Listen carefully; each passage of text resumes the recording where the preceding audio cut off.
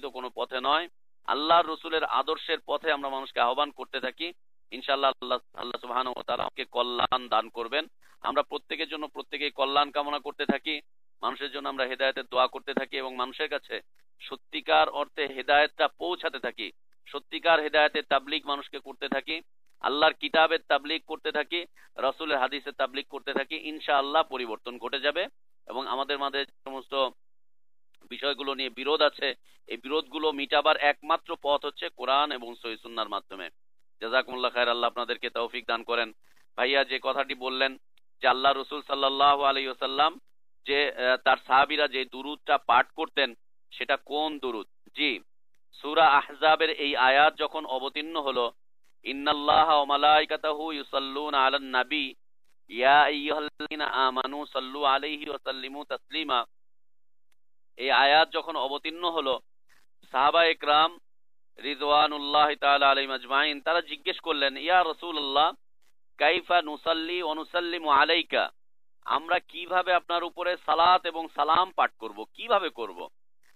আল্লাহ বলছেন যে হে ঈমানদাররা, তোমরা রসুলের প্রতি সালাত ও সালাম পাঠ করো। ইয়া রাসূলুল্লাহ আমরা কিভাবে পাঠ করব?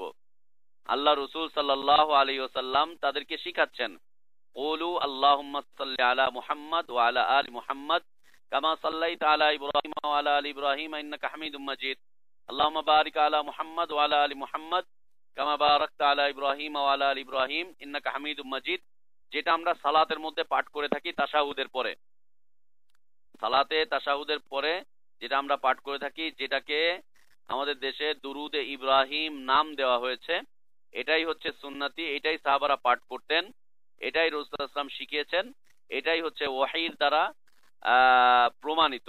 এর বাইরে যে সমস্ত দুরুদগুলো আছে, দুরুদে হাজারি, দুরুদে নারিয়া, দুরুদে মাহি, দুরুদে লক্ষ্মী, দুরুদে তুনাজা, আরো কত কিছু নতুন নতুন দুরুদ বের হচ্ছে। পাকিস্তান কয়েকদিন আগে একটা দুরুদ বের হয়ে এসছে, তারপরে রাসূল সাল্লাল্লাহু আলাইহি ওয়াসাল্লামের নাম নিয়ে আল্লাহুম্মা সাল্লি আলা নাবিয়িল উম্মি, আরো কত কিছু করা হচ্ছে। এগুলো সব মানুষের বানানো, এগুলো পড়া ঠিক নয়। সাহাবারা যেটা পড়তেন সেটাই পড়া উচিত, যেটা রাসূল শিক্ষা দিয়েছেন সেটাই পড়াবে, তবেই যদি আমরা সওয়াব অর্জন করি। ভাইজানের দ্বিতীয় প্রশ্ন হচ্ছে, আমাদের দেশে যে সমস্ত মিলাদ শরীফ পাঠ করা হয়, আসলে ইসলামে মিলাদ শরীফ বলতে কিছুই নেই। ইসলামে মিলাদ শরীফ বলতে কিছুই নেই, কেউ প্রমাণ করতে পারবে না কোরআনে কোথাও মিলাদ, হাদিসে কোথাও মিলাদ শরীফ আছে। এই মিলাদ শরীফকে সৃষ্টি করা হয়েছিল শিয়াদের মাধ্যমে। শিয়াদের মাধ্যমে মিলাদ শরীফ সৃষ্টি হয়েছিল ইরাক, সর্বপ্রথম মিশর থেকে। সর্বপ্রথম মিশর থেকে মিলাদ সৃষ্টি হয়েছিল। মিশরের তথাকথিত শিয়া মুসলিম যারা ছিল একসময়, আজকে থেকে অনেক বছর আগে, 600 হিজরির দিকে, সেই সময় তারা দেখলো যে খ্রিস্টানরা ঈসা আলাইহিস সালাতু ওয়াস সালামের জন্মবার্ষিকী পালন করছে, বড়দিন পালন করছে তারা। এইটা তারা দেখে তারা চিন্তা করলো যে ঈসা আলাইহিস সালামের জন্মবার্ষিকী যদি ওরা পালন করে থাকে, এইভাবে করে, তাহলে আমাদের জন্য উচিত মুহাম্মদ সাল্লাল্লাহু আলাইহি ওয়াসাল্লামের জন্মবার্ষিকী পালন করা। তখন তারা মিলাদের একটা জন্ম দিল, মিলাদের জন্ম দিল, এবং তারা সেই বার্ষিকী অনুযায়ী তারা মিলাদ পাঠ করা শুরু করলো, যা আস্তে আস্তে কালক্রমে আমাদের দেশেও চলে আসলো শিয়াদের এই ধর্ম।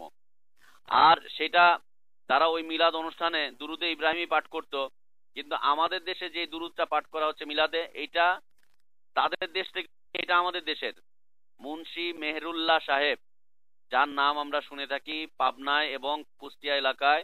মুন্সি মেহেরুল্লাহ, ছোটবেলায় আমরা যাদের গল্প কবিতা পড়েছি, মুন্সি মেহেরুল্লাহ, তিনি এই দুরুদের পরিচালন ঘটিয়েছিলেন। আল্লাহুম্মা সাল্লি আলা সাইয়্যিদিনা মাওলানা মুহাম্মদ ওয়া আলা আলি সাইয়্যিদিনা মাওলানা মুহাম্মদ।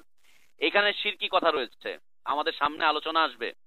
আল্লাহুম্মা সাল্লি আলা সাইয়্যিদিনা, আল্লাহ রাসূল সাল্লাল্লাহু আলাইহি ওয়াসাল্লামকে একজন সাহাবী এসে বলছেন যে আনতা সাইয়্যিদুনা, ইয়া রাসূলুল্লাহ আপনি হচ্ছেন আমাদের সাইয়্যিদ। আল্লাহ রাসূল সাল্লাল্লাহু আলাইহি ওয়াসাল্লাম সাথে সাথে তাকে ঠেকিয়ে দিলেন।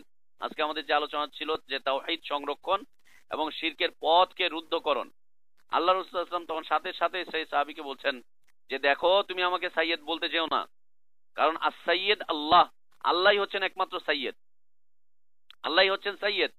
অতএব তুমি আমাকে সাইয়্যিদ বলতে যেও না। রাসূল সাল্লাল্লাহু আলাইহি ওয়াসাল্লাম তাকে নিষেধ করে দিলেন। সামনে আলোচনা আসবে ইনশাআল্লাহ। ভাইকে অনুরোধ করবো আমাদের আলোচনা যাতে নিয়মিত অংশগ্রহণ করেন। যদি কোনো ভুল ত্রুটি থাকে, আল্লাহ রাসূল যেন আমাদেরকে ভালোবেসে সেই ত্রুটিগুলোকে ধরিয়ে দেন, ভালোবেসে যেন ভুল ত্রুটি ধরিয়ে দেন। জি, তো সাহাবীকে বললেন যে তুমি আমাকে সাইয়েদ বলতে যেও না, সাইয়েদ হচ্ছেন আল্লাহ। দ্বিতীয়ত ওয়ালা আলী সাইয়েদেনা মাওলানা মোহাম্মদ, মোহাম্মদ সাল্লাল্লাহু আলাইহি ওয়াসাল্লাম হচ্ছেন আমাদের মাওলানা। আর আমাদের দেশে তো এখন মাওলানা ছড়াছড়ি, কয়েক মাওলানা আছে। দেওবন্দ পাশ করতে পারলেই বড় মাওলানা হয়ে যায়। জি না, সূরা বাকারার একবারে শেষ আয়াত পড়বেন, আল্লাহর কাছে দোয়া করা হচ্ছে রব্বানা লা তুআখিযনা ইন নাসিনা ওয়া আখতানা ওয়া লা তাহমিল আলাইনা ইসরান কামা হামালতাহু আলাল লাযিনা মিন ক্বাবলিনা রব্বানা ওয়া লা তুহমিলনা মা লা তাকাতা লানা বি ওয়া'ফু আন্না ওয়াগফির লানা ওয়ারহামনা। অনেকগুলো দোয়া করা হচ্ছে, আল্লাহ এইভাবে পাকড়াও করো না, এইভাবে পাকড়াও করো না, আমাদেরকে এইভাবে জবাবদিহি করতে, যে জবাবের কাঠ করে দাঁড় করিও না। এই সেই ওয়া'ফু আন্না, আল্লাহ তুমি আমাদেরকে মাফ করে দাও, ওয়াগফির লানা, আমাদের গুনাহগুলোকে তুমি ক্ষমা করে দাও, ওয়ারহামনা, আল্লাহ তুমি আমাদের উপরে দয়া করো, আনতা মাওলানা ফানসুরনা আল কওমিল কাফিরিন, আল্লাহ তুমি হচ্ছে আমাদের মাওলানা, তুমি হচ্ছে আমাদের একমাত্র মাওলা, তুমি আমাদের মাওলানা, ফানসুরনা আল কওমিল কাফিরিন, আল্লাহ তুমি আমাদেরকে কাফের সম্প্রদায়ের উপরে সাহায্য করো, কাফের সম্প্রদায়ের উপরে তুমি আমাদেরকে সাহায্য করো। আল্লাহ হচ্ছেন মাওলানা। এইখানে এই দুরুদের মধ্যে রসুলকে মাওলানা বানিয়ে দেওয়া হলো, আর সেই রাস্তা দিয়ে আজকে আমাদের দেশে লক্ষ লক্ষ মাওলানা, সবাই মাওলানা হয়ে যাচ্ছে। এ কেমন কথা? এটা তো আল্লাহর একটা সিফাত, এটা তো আল্লাহর একটা সিফাত। অনেকে আবার মাওলানার অপব্যাখ্যা করেন, মাওলানার ডিকশনারি থেকে তারা অর্থ নিয়ে আসতে চেষ্টা করেন। ডিকশনারির অর্থ অনেক পরে নিয়ে আসতে হবে, আগে দেখতে হবে কোরআন কি অর্থ বলেছে। কোরআন বলছে আল্লাহই হচ্ছেন মাওলানা।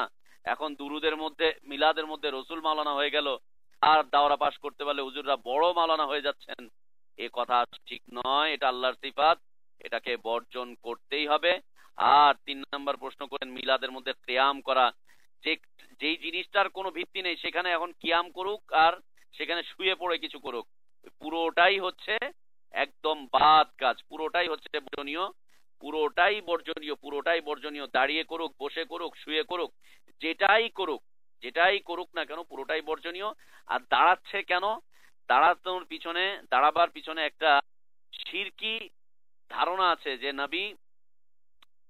নবী হচ্ছেন হাজের নাজের, নবী উপস্থিত হবেন। আর নবীকে হাজের নাজের বলা হচ্ছে নবীকে হায়াতুন বলার মাধ্যমে।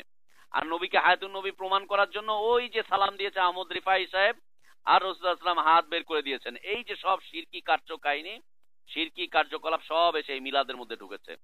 শুরু হয়েছে ওইখান থেকে, রসুলকে হায়াতুন নবী বলা হয়েছে, হায়াতুন নবীর মাধ্যমে রসুলকে হাত বের করে দেওয়া হয়েছে, হাত বের করা হয়েছে। এই হায়াতুন নবীর মাধ্যমে রসুলের থেকে রুটি খাওয়া হয়েছে, এই হায়াতুন নবীর মাধ্যমে রসুলের থেকে বিচার নেওয়া হয়েছে, এই হায়াতুন নবীর মাধ্যমে রসুলকে হাজের নাজের বলা হয়েছে। আর রসুল যেহেতু হায়াতুন নবী, হাজের নাজের, অতএব তিনি আমাদের মিলাদে উপস্থিত হলে সমস্যাটা কি? ব্যাস, যখন আসবে তখন আদবের সাথে সবাই দাঁড়িয়ে যাও। এসব হচ্ছে ভিত্তিহীন কার্যকলাপ, এগুলো সব বিদআতের পথ বেয়ে বেয়ে বেয়ে বেয়ে মানুষকে শিরকের দিকে অগ্রসর করছে, শিরকের দিকে নিয়ে চলে যাচ্ছে। আল্লাহ তাআলা মুসলিম উম্মাহকে হেফাজত করেন, আল্লাহুম্মা আমিন।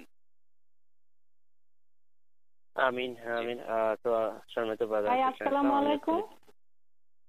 ওয়ালাইকুম আসসালাম ওয়া রাহমাতুল্লাহ। ভাই আমার একটা প্রশ্ন ছিল, বাবা মা যদি অসুস্থতার কারণে বা কোনো কারণে রোজা না রাখতে পারে, এগুলি কি ছেলে মেয়েরা করতে পারে? জাযাকাল্লাহ খায়ের বোন। রোজাটা কি ছেলে মেয়েরা রাখতে পারে?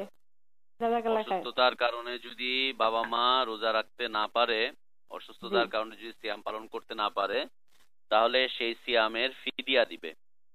ফিদিয়াটা হচ্ছে 2 জন মিসকিনকে খাওয়াবে, 2 জন মিসকিনকে খাওয়াবে, প্রতি রোজার পিছনে 2 জন মিসকিনকে খাওয়াবে, একটা সিয়ামের জন্য 2 জন মিসকিন, অর্থাৎ ইফতারের খাদ্য একজন মিসকিনকে দান করতে হবে। 2 বেলা খাওয়ালে একজন মিসকিনকে একটা সিয়ামের কাফারা যাবে, সিয়ামের ফিদিয়া হয়ে যাবে।